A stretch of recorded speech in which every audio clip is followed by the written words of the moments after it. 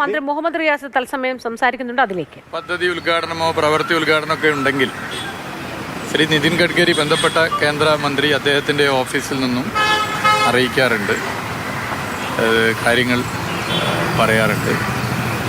ഇത്തവണ NH-66 ഉദ്ഘാടന പരിപാടി, പ്രധാനമന്ത്രിയുടെ പരിപാടിയിൽ പൊതുമരാമത്ത് വകുപ്പ് മന്ത്രിയുടെ പേരില്ല.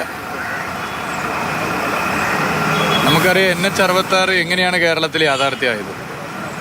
മുടങ്ങിപ്പോയ പദ്ധതിയാണ്, മരണപ്പെട്ട പദ്ധതിയാണ്. 2014 ഈ പദ്ധതി ഇനി കേരളത്തിൽ നടക്കില്ല, അതുകൊണ്ട് ഈ പദ്ധതി ഉപേക്ഷിക്കുന്നുവെന്ന് റിട്ടേണായി national highway authority of India നിലപാട് സ്വീകരിച്ച് അവരുടെ ഓഫീസും പൂട്ടിപ്പോയതാണ്. അന്നത്തെ UDF ഗവൺമെൻറ്റിൻ്റെ കെടുകാര്യസ്ഥതയാണ് ഈ പദ്ധതി മുടങ്ങാൻ കാരണമെന്നുള്ളത് എല്ലാവർക്കും അറിയാം. 2016 LDF സർക്കാർ അധികാരത്തിൽ വന്നു. ശ്രീ പിണറായി വിജയൻ മുഖ്യമന്ത്രിയായി. പ്രകടന പത്രികയിൽ തന്നെ LDF പറഞ്ഞിരുന്നു, LDF അധികാരത്തിൽ വന്നാൽ ഈ പദ്ധതി മുടങ്ങിപ്പോയത് തിരിച്ചു കൊണ്ടുവരാൻ ഇടപെടും. അങ്ങനെ പ്രധാനമന്ത്രിയുമായും കേന്ദ്രമന്ത്രിയുമായി ചർച്ച ചെയ്തു. ആ ചർച്ചയുടെ ഭാഗമായി കൂടുതൽ ഫണ്ട് കേന്ദ്ര സർക്കാർ തരേണ്ടതുണ്ട്. പക്ഷെ അത് തരാൻ നിലവിലുള്ള സാഹചര്യത്തിൽ പറ്റില്ല എന്നുള്ളൊരു നിലപാട് കേന്ദ്ര സർക്കാർ സ്വീകരിച്ചു. പിന്നെ സംസ്ഥാന സർക്കാരിന് മുന്നിൽ 2 വഴികളേ ഉള്ളൂ. ഒന്നുകിൽ ഈ പദ്ധതി ഉപേക്ഷിക്കുക, അതല്ലെങ്കിൽ പദ്ധതിക്ക് വേണ്ടി ഫണ്ട് കണ്ടെത്തുക. ഇന്ത്യയുടെ ചരിത്രത്തിൽ അതുവരെ ദേശീയപാത വികസനത്തിന് ഒരു സ്റ്റേറ്റ് ഗവൺമെൻറ് പണം മുടക്കിയിട്ടില്ല.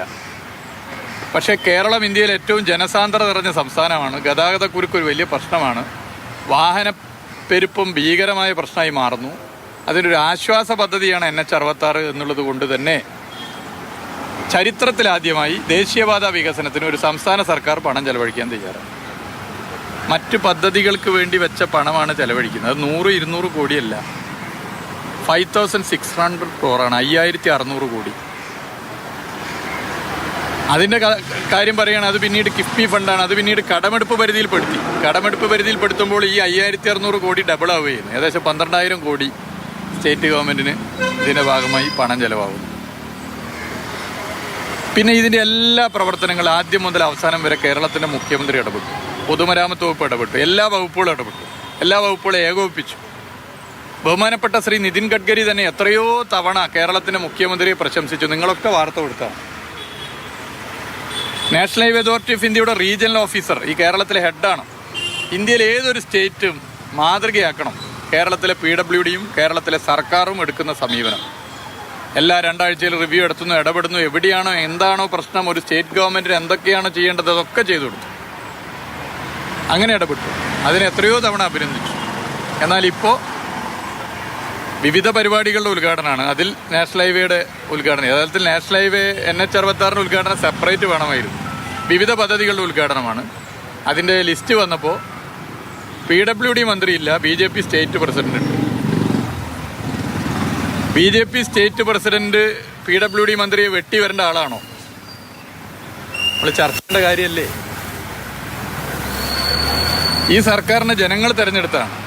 X or Y ആര് വേണമെങ്കിലും വകുപ്പ് മന്ത്രിയാവാം. മുഹമ്മദ് റിയാസോ അല്ലെങ്കിൽ മറ്റാരെങ്കിലും ആരും ആയിക്കൊള്ളട്ടെ. കേരളത്തിൻ്റെ അവകാശമാണ് ഇത്തരം ഉദ്ഘാടന പരിപാടിയിൽ ബന്ധപ്പെട്ടവർ പങ്കെടുക്കുക.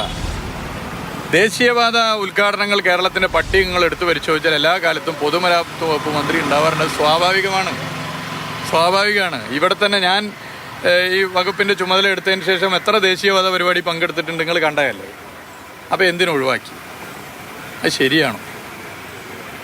BJPയുടെ സംസ്ഥാന അധ്യക്ഷനെ അതിൻ്റെ പരിപാടി വിളിച്ചു. അങ്ങനെയാണെങ്കിൽ KPCC പ്രസിഡന്റിനെ വിളിക്കണ്ടേ?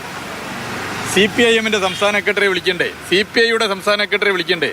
കേരളത്തിലെ രാഷ്ട്രീയ പാർട്ടികളുടെ സംസ്ഥാന നേതൃത്വത്തെയൊക്കെ വിളിക്കണ്ടേ? പേര് വേണ്ട, വിളിക്കാം, പേര് വെക്കണ്ടേ? ഇത് ജനാധിപത്യത്തിൽ ഗുണകരമാണോ?